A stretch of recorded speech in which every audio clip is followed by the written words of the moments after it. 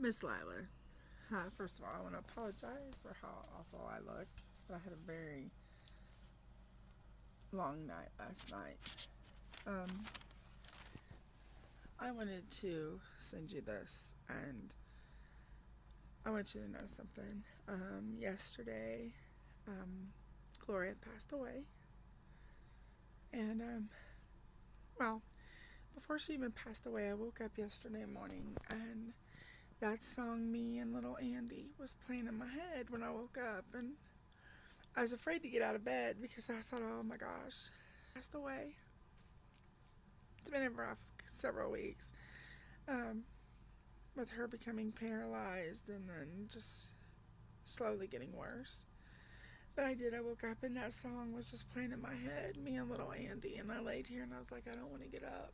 I'm gonna find her dead.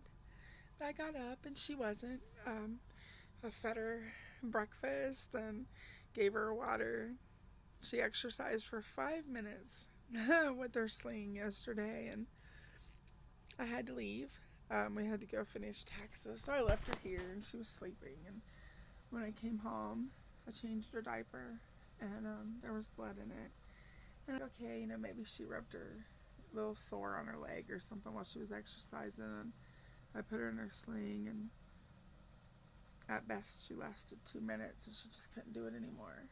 And my sister and Nate come over, and it just ripped Renee's heart out to see how Gloria was, like, not only blind but deaf and paralyzed. And I knew it was bad. I have no money, and my sister paid for her to go to the vet, and she went to heaven. I was fine at first until about 2 o'clock this morning, and when I woke up and I realized that after 16 years, she's not here. And I was thinking, I started listening to that song, "Me and Little Andy."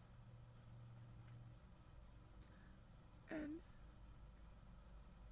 of course, it led to thinking about you and how awesome you were to me when we lived there. You were always there. When my family wasn't, when no one else was, you were always there. And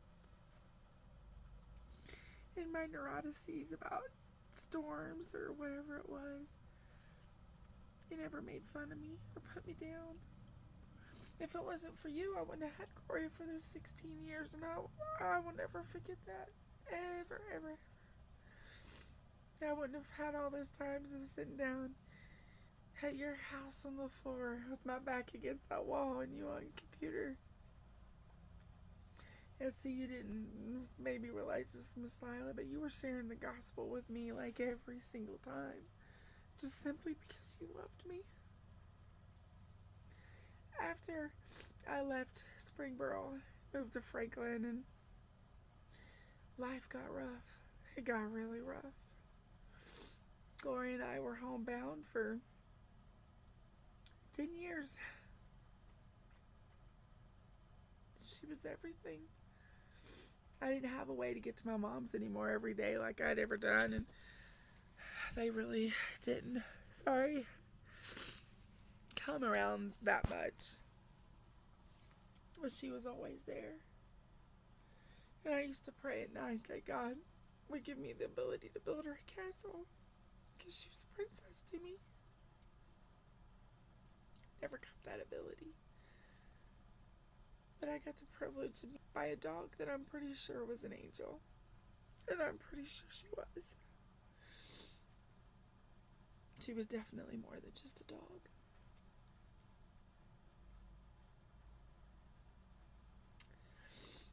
Miss Lila, thank you.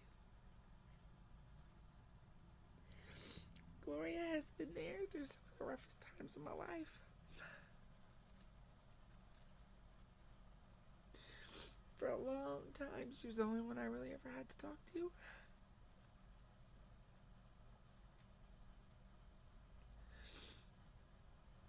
See, because when I looked at her, I would think about you.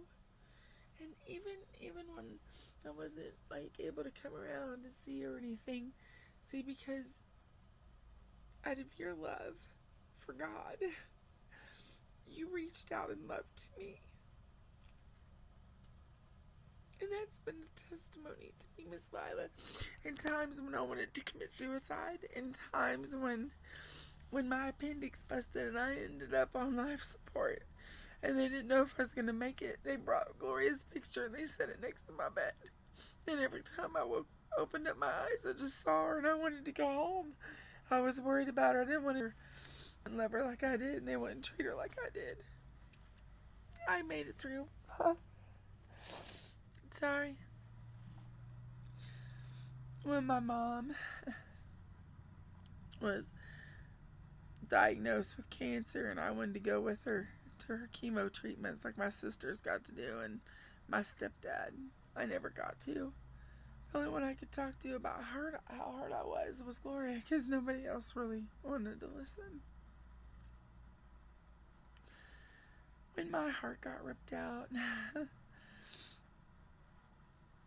my first real true heartbreak from a love, my mom had already died. She'd been dead for 10 days. My sisters were going through their own stuff with my mom's death, and Gloria was there. You know, it wasn't just through the bad stuff either, because the last year of my life, and the greatest year of my life, is she got to see it. She got to move back out. For her, it wasn't back, but for me, it was. She got to move out to the country. And even though she was blind and going deaf, she got to run in her, well, I rent the place, but in her own yard. And trust me, it was hard keeping up with her in September and October. Oh my gosh, she was all over the yard. She'd put her nose in the air and she'd be gone.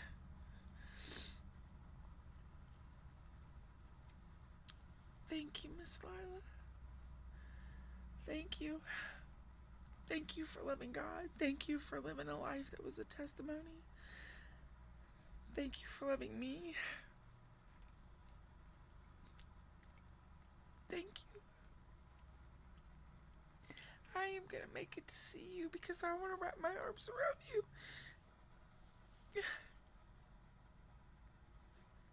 I love you. And if you've never thought that you made a difference or an impact in anyone's life, you're wrong. Because you have in mind. Thank you. I love you. Bye, Miss Lila.